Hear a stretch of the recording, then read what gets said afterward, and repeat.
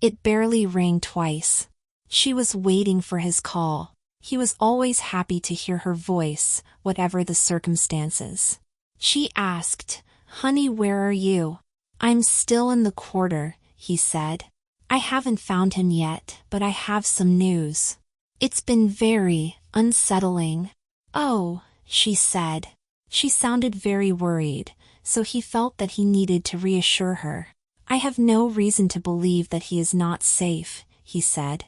"It is just that I have learned that our son is gay." He chose the word carefully given where he was sitting. "I don't care about that," she said. "Just do what you need to do and find him. Talk to him.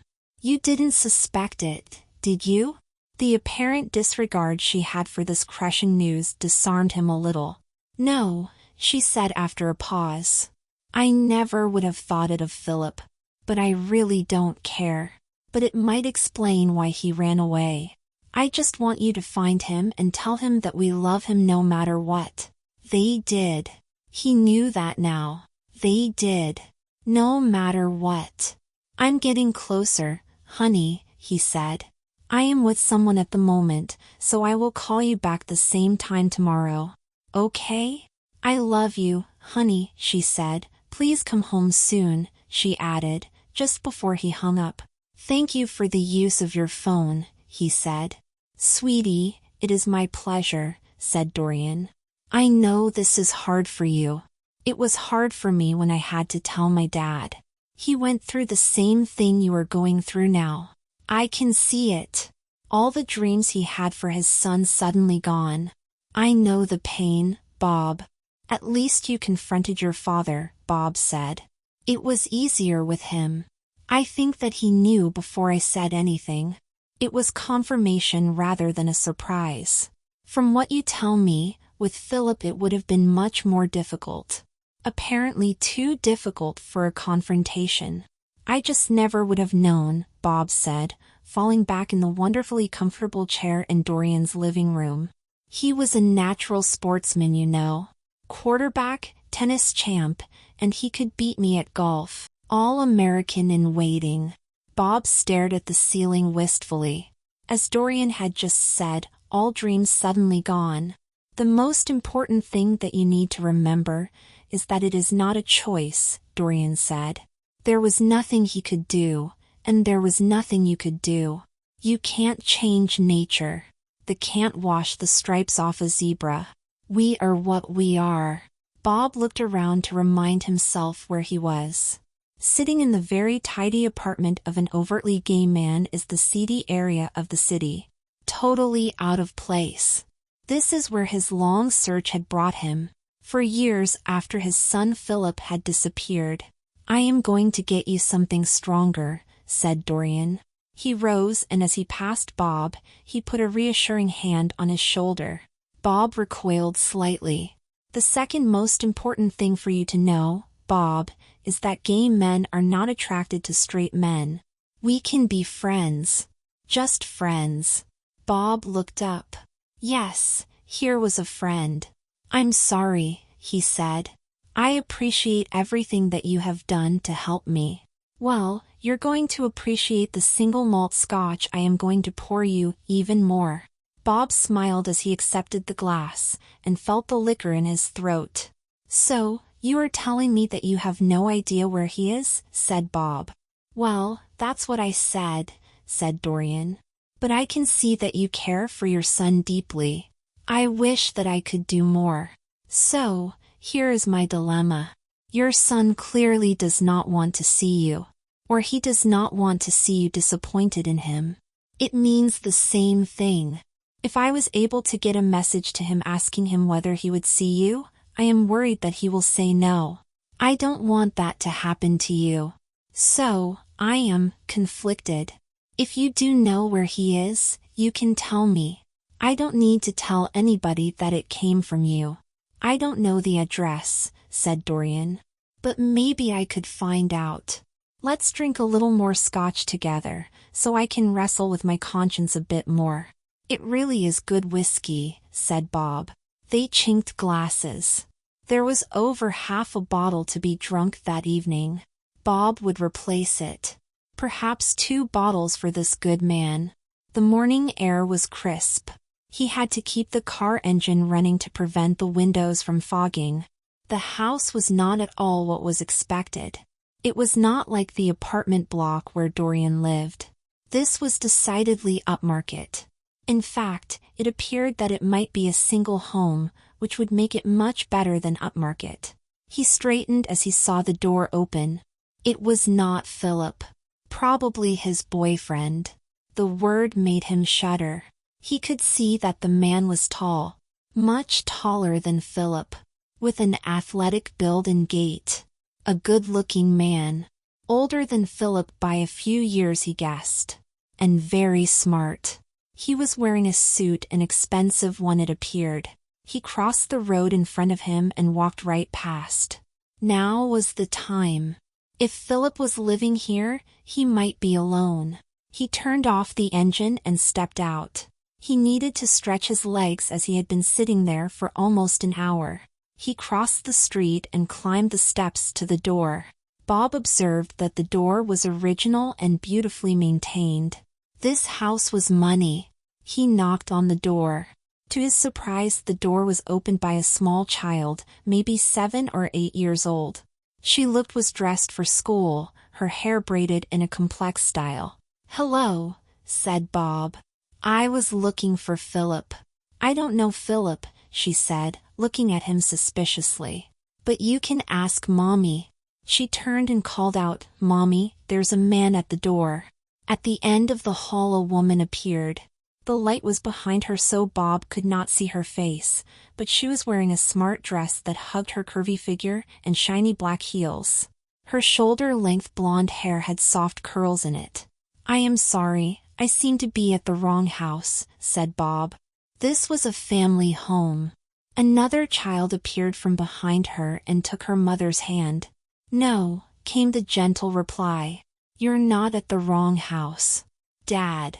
Bob struggled to make out the face with the light behind her, but the voice was familiar, and yet not quite his. If this was his son, he was in drag. She walked towards Bob, into the light. Bob could see that they were his son's eyes looking at him, now just beginning to become wet with tears. But it was not his son's face. It might have been, once. The nose and chin were his. But this was a truly beautiful young woman. Her face was made up, but not in a garish way, just the hint of eyeliner and mascara and pink lipstick. Her hair was full and silky, and parted on one side with the other side pushed behind her ear. Bob struggled to say anything. But she was the first to speak. "Dad, we need to talk, but I have to get the kids to kindergarten. Will you ride with us?" "Sure," he muttered. Bob was trying to stop himself from collapsing. His mind seemed numb. A late-model BMW responded to her key fob, and the 2 children, the older girl and a young boy, jumped inside the back with enthusiasm. Expensive-looking child seats were in place. Bob stepped into the passenger seat and she went round to the driver's side. She got in bottom first and swung her legs around. She wore no pantyhose and her legs were shapely, tanned and smooth of any trace of hair. She was wearing office attire, but the front of her jacket was buttoned over a fairly low-cut blouse revealing 2 shapely breasts. "Seat belts everybody," she said. All 3 responded to the command, in Bob's case still in confusion. "Who is this man, Mommy?" the girl behind asked. "Now don't ask rudely," she said firmly. "You could ask him. But, I am pleased to tell you, that this is my father. So that makes him your other grandpa." Still Bob could not speak. Even when the child looked him in the face and asked him, "What should I call you?" "Grandpa is Daddy's father." "Maybe we should call you Mompa?" "That would be fine, honey, if my daddy is happy to be called that." She was glancing over at Bob while trying to keep her eyes on the road. Her smile seemed forced. For the children's benefit rather than his. "I am still trying to come to grips with you calling me my daddy," Bob said to the driver. "Here we are," she said. "Say goodbye to Mompa." Maybe you will see him later. She pulled over. She got out of the car and made sure the kids had their lunches and raincoats. They both waved at Bob and he automatically waved back. She took them through the gate and Bob saw her kiss each of them before she came back to the car. She slid back into her seat. Bob noticed for the first time that she was wearing a floral scent, very feminine. She started the car and immediately used the hands-free telephone as she pulled out of the park. "Good morning, Bonaire Realty." "Hi Janice, me here." "Hi Pip," came the cheerful reply. "A family thing has come up," she said. "I will be in late today. I will call back soon to give you my ETA." When she heard the click, she turned to Bob and said, "Would you like to stop near here for coffee, or come back to my place?" "Who are you?" Bob said, although he knew the answer. "Philippa now, although people call me Pippi or Pip. I was your son. I hope I am now your daughter." She was pulling the car over. "I am going to stop here. There is a great coffee shop on the corner. We need to look one another in the eye. I owe you that." "I think that you owe me something," said Bob. There was a park right outside. She gathered together her purse and keys. She had manicured hands with almond-shaped nails painted salmon pink. Her gestures were dainty and feminine. He followed her into the coffee bar, now observing her shapely bottom and long legs in black pantyhose. She wore heels which set off the businesslike look perfectly.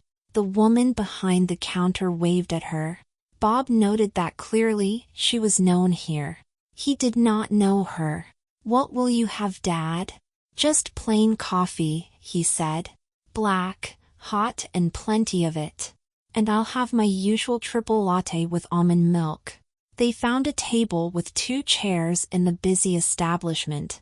It was not a suitable place for an emotional scene, but that suited them both. "I can accept that you are gay, but this?" It was Bob's first statement. Already he thought himself that it was unkind. Some nicer words should have been said. But he could not change it now. "I am not gay, Dad," she whispered. "I have never been gay. I am a woman. I just had to make the changes to live as one." "Changes?" "I am a trans woman, Dad. Do you know what that is?" "A post-operative trans woman." "So you've had an operation? You have had your privates amputated?" She looked at him with disdain for the use of those words. She said, "I have had my gender surgically confirmed. And that involves something of that sort." "Is that the way your boyfriend likes you?" "He's my husband, Dad. We are married. I am legally a woman. He is a man. We have 2 children. You could be a grandfather if you want to be. You could be Mompa, and Mom could be Mom-Ma." "That is the reason I have been looking for you," said Bob. "If I am angry with you, that is the reason why I'm angry. You just disappeared. You just left. What effect do you think that has had on your mother?" He was almost hissing, but he had to collect himself as the waitress placed coffee in front of them. "Thanks, Jen," said Pip. She took a sachet of coffee and tore it open with her polished nail. She elegantly stirred her cup. She collected herself. "I sneaked away, I admit it," she said.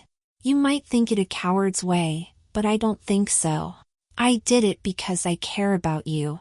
I didn't want you to suffer." "What are you talking about?" Bob said. "You are a man's man, Dad. I was the son of a man's man. You wanted me to be more of a man than you. You wanted me to be the quarterback and the first pitcher that you never got to be. You wanted me to play pro tennis or pro golf. You said I could have done it. Maybe I could have, but I could never be the man you wanted me to be, because I could never be a man.